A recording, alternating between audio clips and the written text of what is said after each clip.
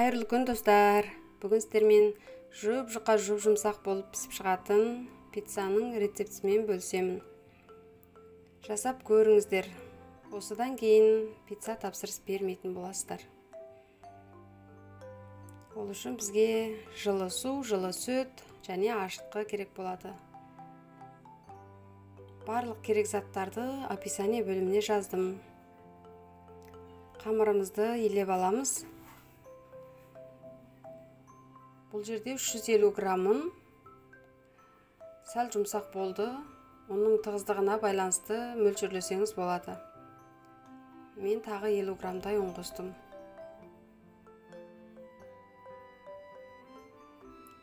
Қамырымызды елеп аламыз.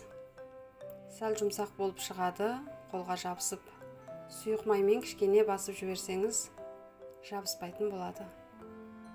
Қамырымызды жарты сағатқа жылы жерге қоямыз. Мінекей дайын болды. Теңдей 2 бөлікке бөліп аламыз.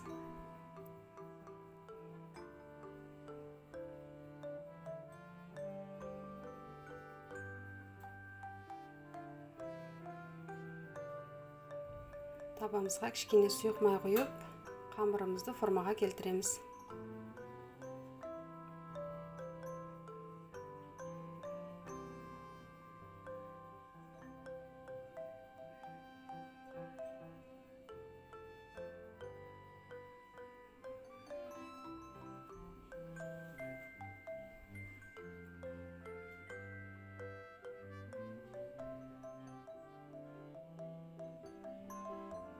Қамырымыз дайын. Кетчуп пен майонезді араластырып, бір келкетіп жағып аламыз.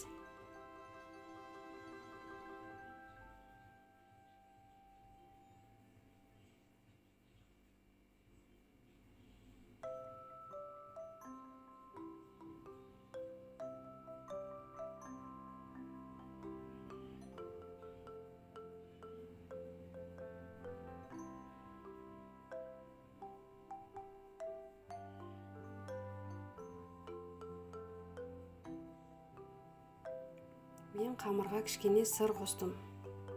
Жұмсақ болып шығу үшін.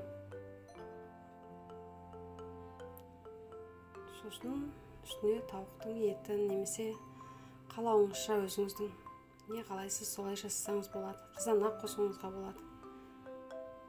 Балалардың сұрауымен Нұрриятадан ғана жасадым.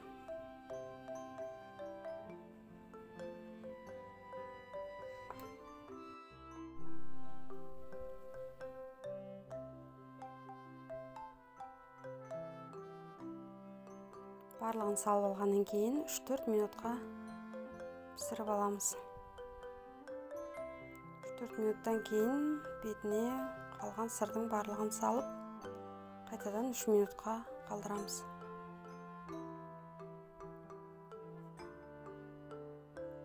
Сегіз минуттың ішінде пісіп шығады бас-аяқ.